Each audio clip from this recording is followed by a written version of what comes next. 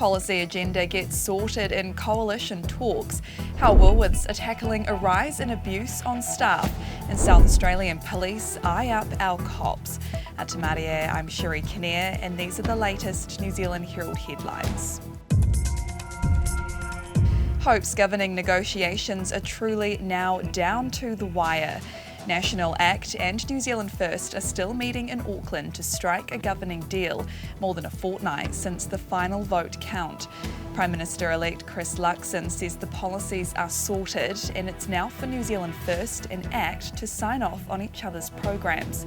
He says talks are now turning towards cabinet roles and ministerial responsibilities. Luxon says he's interested in looking at how to use the talent across all three parties to build the strongest ministries. High levels of verbal and physical aggression against staff at Woolworths supermarkets has led to the introduction of fog cannons and trialling body cameras in 10 stores. The supermarket giant says they've seen a 131% rise in physical assaults on staff in the past 6 months when compared to the same period last year. First Union General Secretary Dennis Marga says customers have been taking out frustrations more on staff recently. Every time they see price changes in the store, or if ever they see some short staffing, and because they see workers being the front-facing customers, often workers are being blamed for those problems. South Australian police have joined their Queensland peers in a bid to lure our cops across the ditch.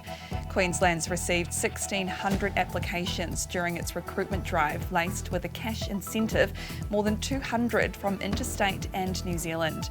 The South Australian Police Force is now offering a $10,000 relocation payment in its own campaign and says there's been a healthy amount of interest. They've recruited overseas extensively in the past, with around 40 Kiwi police officers making the move in the past few years. Commuters on the Waikato Expressway got a fright last night when they saw a car engulfed in flames on the side of the road.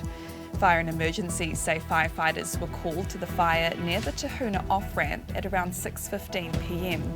When they arrived, the fire was well involved and all the car's occupants had escaped the vehicle unharmed. And researchers warn New Zealand needs to urgently rethink how it involves the public in adapting to climate change. A new report argues community engagement will be just as important as engineering for threats like rising tides and increasing storms.